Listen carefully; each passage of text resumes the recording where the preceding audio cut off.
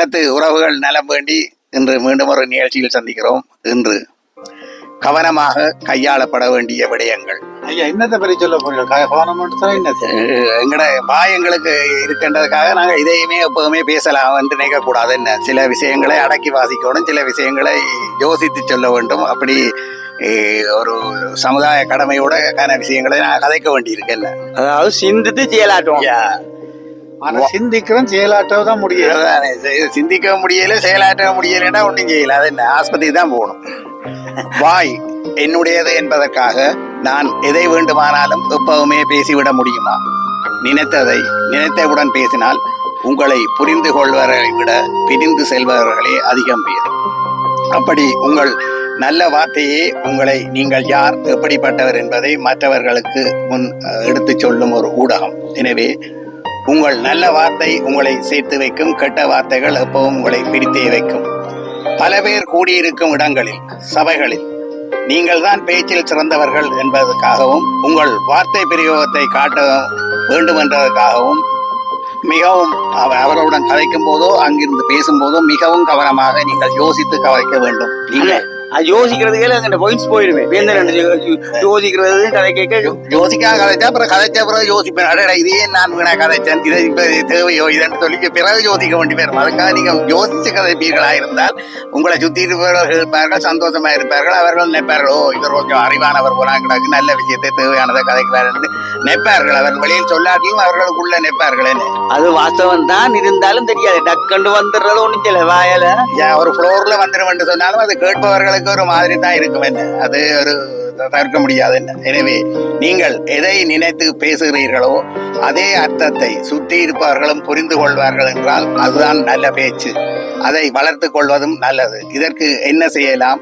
பேசும்போது ஆறுதலாகவும் அன்பாகவும் அடுத்தவர்கள் இலகுவில் புரிந்து கொள்ளும்படியும் பேசுவது மிகவும் முக்கியம். அதுதானே சொன்னாங்க, நீ பேசணும் யோசியாண்டு.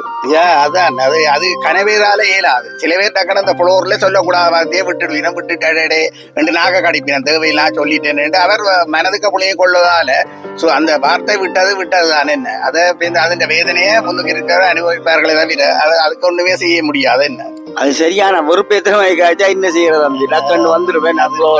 என்ன சில பேர் மற்றவர்களை வெறுப்பேற்ற வேண்டுமென்றே வருவார்கள். என்ன அதுவும் ஒரு ராஜதந்திரமான என்ன.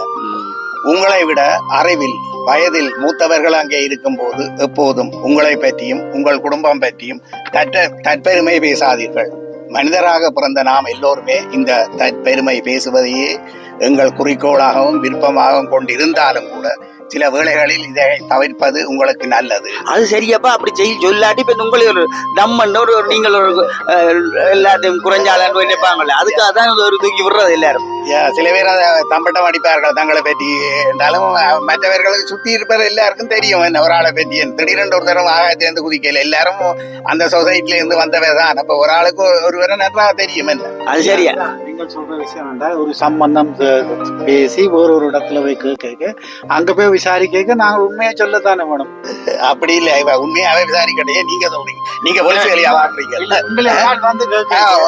என்ன ஃப்ரெண்ட் யாருன்னா சொல்லத்தானே இல்ல அவர் என்ன தெரியும், நல்ல சிநேகிதம், நல்ல மனிதர் என்று சொல்லுவோம். அதே ஒரு பொருளாதார பத்தி நல்லவர் தெரிஞ்சவர் சொல்லுவோம். சொல்றேன் தண்ணி அடிக்கிறவர் இல்ல இல்ல அது நான் சொல்ல முடியாது. என்ன ஒரு நம்பிக்கை கேட்கிறேன் சொல்லுவோம். நண்பன் வந்து கேட்டா உண்மையை சொல்லத்தானே வேணும். என்ன நாளைக்கு நான் தெருவில் போற இல்லையா, நாளைக்கு எல்லாம் முடிஞ்ச உடனே இன்னும் நம்பிதானே கேட்டா நீ இப்படி எல்லாம் சொன்ன வேண்டியது. அப்ப அதுல சொல்ற விதத்திலயும் இருக்குதாங்க இருக்கு. அது சரி, அது உண்மை. ஆனால் அவர் சொல்ல வர்றது ஓகே, உங்களுக்கு அது தெரிஞ்சாலும் நீங்களே உங்களோட வாயால சொல்றீர்கள். நீங்கள் அவர்கிட்ட நல்லது இருந்தால் சொல்லுங்கள், வந்தா அது பிரச்சனை இல்லை. இப்ப நாளைக்கு நீங்கள் சொல்லி அது ஒரு நான் சில விஷயங்களும் சொல்லணும். என்ன அது உங்களோட பிரச்சனை இல்லை. வாயில நாங்க கதைத்து கொண்டிருக்கும் பொழுது புலோவுல வாரத்தை நாங்களால நிப்பாட்ட முடியாது. ஒரு சில விஷயங்களை நாங்கள் சிந்தித்து கதைத்த பிறகுதான் நாங்கள் யோசிப்போம், ஐயோ இப்படி கதைத்து விட்டோமே, அவர் என்ன நினைத்தாரோ, என்ன கவலைப்பட்டிருப்பாரோ என்று யோசிப்போம். அப்படித்தான் இல்லை, அது என்ன பேச்சை விட மௌனமே சிறந்ததுன்றாங்களே. என்னதான் வடிவா நல்லா பேச தெரியாடி பேசாம இருக்கிறா இல்ல, அதான் மௌனமா இருக்கிறது அடக்கி வாசிக்கணும்னு சொல்லுவீங்க. ஒரு உம்மாண்டியா இருக்கிறேன் உம்மாண்டி வேற அடக்கி வாழ்க்கிறது வேற. இப்ப ஒரு சம்பந்தத்தை ஒரு ஆள் பேசி வாராருன்னு சொன்னா ஓ அந்த குடும்பத்தை பற்றி உங்களுக்கு தெரியும், மிச்சத்தை நீங்க விசாரிங்கன்னு சொல்லாம தவிர அவர் ஒரு நாள் வெறிய போட்டு ஒரு பாட்டியில விழுந்தாருண்டாக்கா அதை வந்து இதுல சொல்றதுல இந்த என்ன நன்மையை நீங்க காண போறீங்க? ஒரு கல்யாணத்தை குழப்புறதா தான் நீங்க இருக்குமே தவிர அவர் சேர்த்து வைக்கிற மனநிலையில சொல்லல. எதை சொன்னாலும் நல்லதுக்கு சொல்றேமே தவிர உண்மையை சொல்லணும் என்று சொல்லி பிரச்சனையில மாட்டுவது புத்திசாலித்தனம் இல்லை என்று நான் நினைக்கிறேன். என்ன அதான் யதார்த்தம். யதார்த்தமா தானே என்ன அவரு ஒரு சம்பந்தம் பேசுறவர் கண்டுபிடிக்கட்டும், தேடி பிடிக்கட்டும், பார்த்து அறியட்டும், அது அவற்ற பிரச்சனை இல்லை.